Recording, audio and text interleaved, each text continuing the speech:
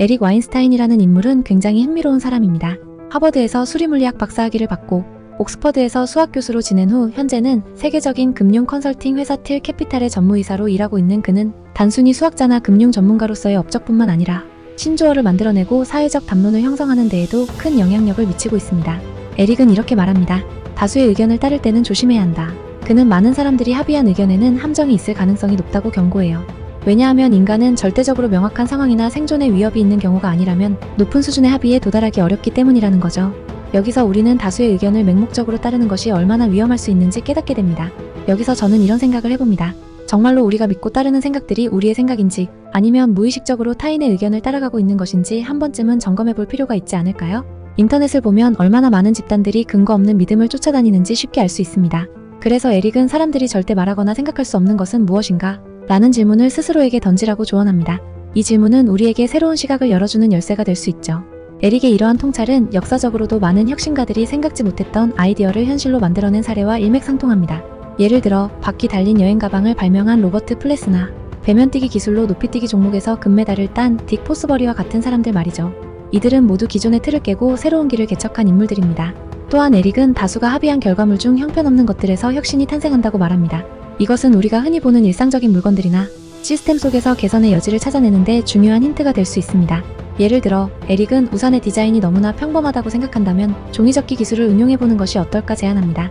이런 식으로 다른 분야에서 흔히 사용되는 해결책을 자신이 속한 분야에 적용해보는 것이 혁신의 시작이라는 것이죠.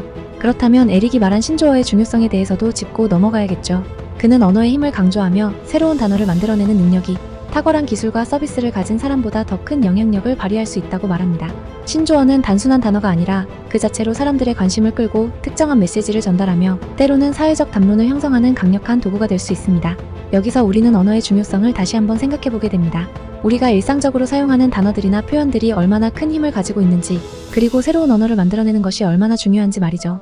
팀 페리스도 이러한 에릭의 영향력을 받아 자신만의 신조어를 만들려고 노력했다고 합니다. TV불륜이나 편견주의자와 같은 신조어들이 그것이죠. 에릭 와인스타인의 이야기를 통해 우리는 다수의 의견을 맹목적으로 따르는 것이 아니라 스스로 질문하고 생각하고 새로운 길을 모색하는 것이 얼마나 중요한지 깨닫게 됩니다. 그리고 언어의 힘을 최대한 활용하는 것이 우리의 생각을 널리 퍼뜨리고 더 큰 성공을 이루는 데 얼마나 중요한지 말이죠. 다음으로는 최고의 성과를 창출하는 사운드 트랙이라는 주제를 살펴볼 텐데요. 이는 타이탄들이 어떻게 집중력을 극대화하고 창의적인 작업을 수행하는지를 다룬 부분입니다. 이 부분도 매우 흥미롭습니다. 이 책에서는 많은 타이탄들이 아침 명상을 통해 마음을 가다듬는다는 사실을 이야기하는데요. 그와 동시에 그들이 음악을 통해 얼마나 집중력을 높이는지에 대해서도 언급하고 있습니다. 타이탄들 중에는 특정한 노래나 앨범을 반복해서 들으며 작업하는 사람들이 많습니다. 예를 들어 암벽 등반가 알렉스 호놀드는 영화 라스트 모히칸의 사운드 트랙을 들으며 컨디션을 점검한다고 합니다. 또 오토매틱의 CEO 매트 뮬렌웨그는 드레이크의 원댄스를 들으며 머릿속을 정리한다고 해요. 이런 방식으로 그들은 자신만의 작업 리듬을 만들어가며 최고의 성과를 창출하고 있는 겁니다. 특히 베스트셀러 작가들은 창의적인 작업을 할 때 밤 11시에서 4시 사이에 일하는 경우가 많은데요. 이 시간대에 집중력이 극대화된다고 합니다.